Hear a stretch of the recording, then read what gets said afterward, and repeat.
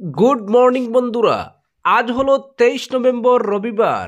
আজকের সকালের বরাক উপত্যকা তথা আসামের গুরুত্বপূর্ণ বিশেষ বিশেষ খবর হলো, ভিন রাজ্য থেকে লোক নিয়ে এসে 26-এ ভোট যুদ্ধে জয়ী হওয়ার কৌশল নিয়েছে বিজেপি। বিরোধীদের এই অভিযোগ শনিবার খারিজ করে দিয়েছেন মুখ্যমন্ত্রী। তার দাবি, ভিন রাজ্য থেকে এত লোক নিয়ে এলে তাদের কে খাওয়াবে, কোথায় রাখা হবে, এসব অবাস্তব কথা।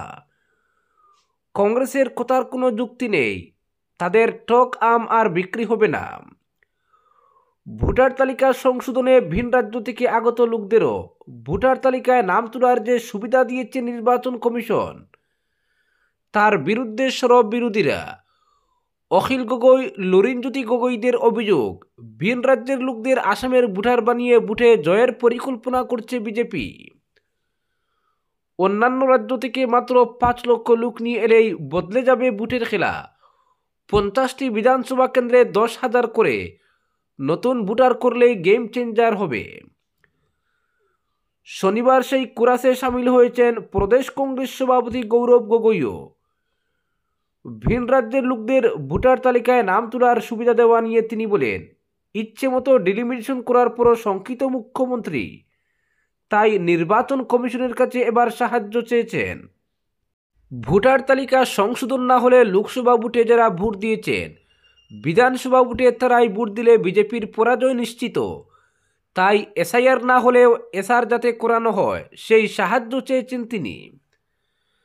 বিজেপির ফ্লোটিং ভোটার থাকার দাবি করে তিনি বলেন, উত্তরপ্রদেশ, বিহার থেকে হাজার হাজার লোক এনে ভোটার তালিকায় নাম ঢুকাতে চাইছেন মুখ্যমন্ত্রী।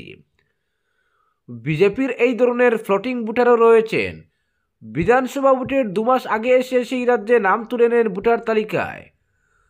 2-3টি রাজ্যে ভোট থাকে তাদের। রাহুল গান্ধী সেটা ফাঁস করেছেন। বিধানসভা ভোটের আগে মুখ্যমন্ত্রী এতই দুর্বল হয়েছেন যে ডিলিমিটেশন হয়নি। এবার ভোটার তালিকা সংশোধনের সাহায্য নিচ্ছেন নির্বাচন কমিশনের। কিন্তু গৌরবের অভিযোগ উড়িয়ে দিয়েছেন মুখ্যমন্ত্রী। শনিবার ভোটার তালিকা সংশোধন নিয়ে তিনি বলেন, এসআরে কিছু নেই, যেখান সেখান থেকে মানুষ এলে থাকতে দেওয়া হবে কোথায়, খাওয়াবে কে, ভোটার তালিকায় নাম তোলার পর কোথায় থাকবে এরা, কার কত টাকা রয়েছে যে খাইয়ে পরিয়ে রাখবে। বিহার, বাংলা থেকে 20 লক্ষ লোক এলে তারা থাকবে কোথায়, খাবে কি। কংগ্রেস এই ধরনের অবাস্তব কথা বলে। সিএ এর সময় তারা বলেছিল 1.5 কোটি লোক বাংলাদেশ থেকে চলে আসবে, কিন্তু কোথায় এলো। কংগ্রেসের টক আম সিএ এর সময় বিক্রি হয়েছে, এবার আর হবে না। পরবর্তী খবরটি হলো, মুখ্যমন্ত্রীর মুখে মিয়ার প্রসঙ্গ থামছেই না। শনিবার তার দাবি, সন্দেহজনক মিয়ার বিরুদ্ধে কথা বলতে সংবিধানে কোনো বাধা নেই।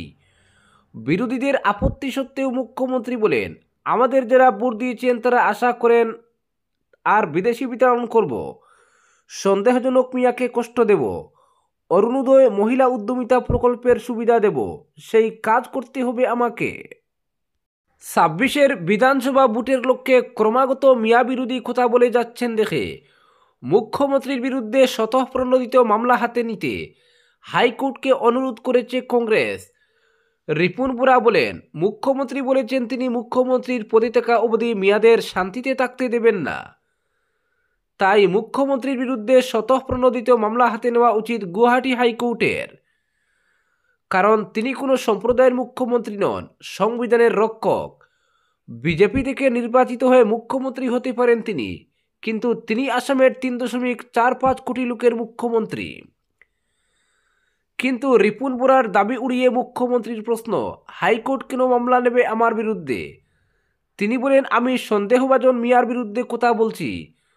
সন্দেহভাজন মিয়ার বিরুদ্ধে কথা বলতে কোনো আপত্তি নেই সংবিধানে। এটাকে কেউ গায়ে মেখে নিয়ে যদি নিজেকে সন্দেহভাজন ভেবে নেন, আমি কি করে বাধা দেব। যারা ভারতীয় নাগরিক তারা সেটা গায়ে মাখবে না। রিপুন বোরা আসলে মিয়াদেরই পরোক্ষে সন্দেহভাজন বলেছেন। তবে মুখ্যমন্ত্রীর এই মন্তব্যের এদিন জবাব দিয়েছেন রিপুন বোরাও। তিনি বলেন, বিজেপি মহাপুরুষ শ্রীমন্ত শঙ্করদেবের আদর্শ মেনে চলার কথা বলে, কিন্তু শঙ্করদেবের আদর্শ কি বলে। মিয়া মানুষ বাদ দিন, কুকুর, শিয়াল, শূকরদেরও সম্মান করতে হবে, কারণ তাদের মধ্যেও ভগবান রয়েছেন। মিয়ারা কি মানুষ নন? মুখ্যমন্ত্রীর দায়িত্ব হচ্ছে চোর ডাকাত থেকে দেশপ্রেমী সকলের নিরাপত্তা দেওয়া, কিন্তু মিয়াদের শান্তিতে থাকতে না দেওয়ার কথা বলে রাজধর্ম পালন করেননি তিনি। আমরা লজ্জিত হয়েছি, গণতন্ত্রের প্রতিও হুমকি এসেছে। পরবর্তী খবরটি হলো, জানুয়ারির মধ্যেই শেষ হবে মহাসড়কের কাজ, বললেন মন্ত্রী কৌশিক। 2026-এর 31 জানুয়ারির মধ্যেই মহাসড়কের উপর দিয়ে ছুটবে গাড়ি। বহু চর্চিত বালাসোড়া হারাঙ্গাজাও এবং হারাঙ্গাজাও নিরিমবাংলো অংশের কাজ সদল বলে পরিদর্শন করে সদম্বে এই ঘোষণা করেছেন বরাক উপত্যকা উন্নয়ন বিভাগের মন্ত্রী কৌশিক রায়। তার দাবি, অর্ধসমাপ্ত সড়কে দ্রুতগতিতে কাজ চলছে। এই অংশের এখন পর্যন্ত 85% কাজ সম্পন্ন হয়েছে। ফলে 31 জানুয়ারি পর্যন্তই রীতিমতো নয়া ডেডলাইন স্থির করে ঘোষণা করলেন মন্ত্রী কৌশিক। যেসব এলাকায় কাজ এখনও বাকি আছে বা বিভিন্ন সমস্যা রয়েছে, সেসব এলাকায় আপাতত দুলনের গাড়ি চলাচলের ব্যবস্থা করা হবে। এপ্রিলের মধ্যে অবশ্য ওই এলাকাগুলোতে 4 লেনের কাজ শেষ হবে। এদিন মন্ত্রী বলেন, লক্ষ্যমাত্রা পূরণে নির্মাণ সংস্থাগুলোর সঙ্গে সমন্বয় রেখে কাজ করবে ডিমা হাসাও প্রশাসন। 31 জানুয়ারি পর্যন্ত এখনও 70 দিন বাকি। প্রতিদিনের কাজের টার্গেট পূরণ করা হবে। অগ্রগতির মধ্য দিয়ে প্রতিদিন কাজ সম্পন্ন করার মাধ্যমে তারা যাতে নতুন অ্যাচিভমেন্ট করতে পারেন, সেই বিষয়টি মাথায় রেখে জোরদার গতিতে চলবে সড়ক নির্মাণ এবং প্রতিটি এলিভেটেড রোড ও ব্রিজের কাজ। এই কাজগুলো তদারকি করবে প্রশাসন। এভাবেই শখ কষে জানুয়ারির মধ্যেই মহাসড়ককে সচল করার বর্ণনা দেন মন্ত্রী। শনিবার শিলচর সার্কিট হাউসে প্রাতঃ রাজশাহীর একজাক বিজেপি কার্যকর্তা এবং সাংবাদিকদের সঙ্গে নিয়ে মহাসড়ক পরিদর্শন করেন কৌশিক রায়। ছিলেন রাজ্যসভার সাংসদ কোনাদপুর কায়স্থ, বিধায়ক নিহার রঞ্জন দাস, বিধায়ক মিহিরকান্তি সোম। পরিদর্শনে ছিলেন নির্মাণ সংস্থা নাহাই এবং NHIDCL এর আধিকারিকরা। রাস্তার কাজের অগ্রগতি খতিয়ে দেখেন তিনি। এরপর হাফলং সার্কিট হাউসে বিভাগীয় কর্মকর্তা সহ ডিমা হাসাও প্রশাসনকে নিয়ে পর্যালোচনা বৈঠক করেন কৌশিক রায়। পর্যালোচনা বৈঠকের পর সাংবাদিকদের মুখোমুখি হয়ে মন্ত্রী কৌশিক রায় ইস্ট ওয়েস্ট করিডোরের কাজের অগ্রগতির বিবরণ দিয়ে আগামী বছরের জানুয়ারিতেই মহাসড়কের কাজ সম্পন্ন হবে বলে দৃঢ় প্রত্যয় ব্যক্ত করেন তিনি বলেন, বালাসোড়া নিরিমবাংলো রুটের কাজ প্রায় সম্পূর্ণ এবং আগামী 31 জানুয়ারির মধ্যে সম্পূর্ণরূপে চালু হবে। মন্ত্রী রায় উল্লেখ করেন, জাটিঙ্গা থেকে নিরিমবাংলো পর্যন্ত 4 লেনের কাজ সম্পূর্ণরূপে সম্পন্ন হয়েছে। এই অংশটি 23 কিলোমিটার দৈর্ঘ্যের, বাকি 26 কিলোমিটারে কিছু ব্রিজ রয়েছে। কিছু অংশে 4 লেনের কাজ সম্পন্ন হয়েছে, তবে ফিজিক্যাল প্রোগ্রেস 85%। মন্ত্রী বলেন, খুদ মুখ্যমন্ত্রী জানুয়ারির মধ্যে এই রাস্তার কাজ শেষ করার কথা বলেছেন, ফলে জোর গতিতে চলছে কাজ।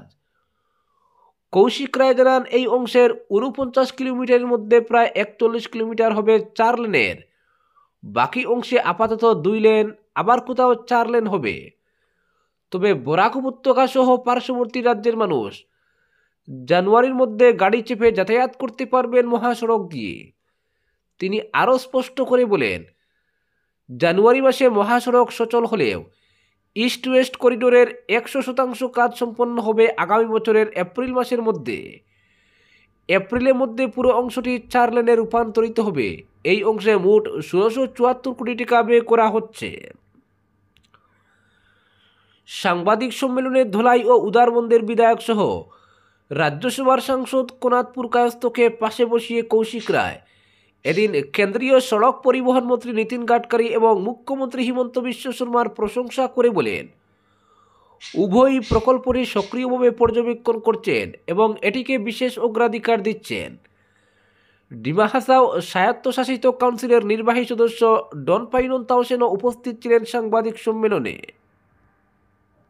পরবর্তী খবরটি হলো, হিন্দুরা যদি অস্তিত্ব হারান তাহলে পৃথিবীরও অস্তিত্ব থাকবে না। মণিপুরে এক জনসভায় এমনটাই দাবি করলেন রাষ্ট্রীয় স্বয়ংসেবক সংঘের প্রধান মোহন ভাগবত। RSS প্রধান বলেন, পৃথিবীর প্রতিটি জাতি বিভিন্ন পরিস্থিতির মুখোমুখি হয়েছে। গ্রিস, মিশর, রোমের মতো বহু সভ্যতা বিলুপ্ত হয়ে গিয়েছে। ভারতবর্ষ এক অমর সভ্যতার নাম। আমাদের সমাজে যে নেটওয়ার্ক ও মূল্যবোধ গড়ে উঠেছে তার জন্য হিন্দুরা আজও টিকে রয়েছেন। হিন্দুরা না থাকলে পৃথিবীও টিকে থাকবে না।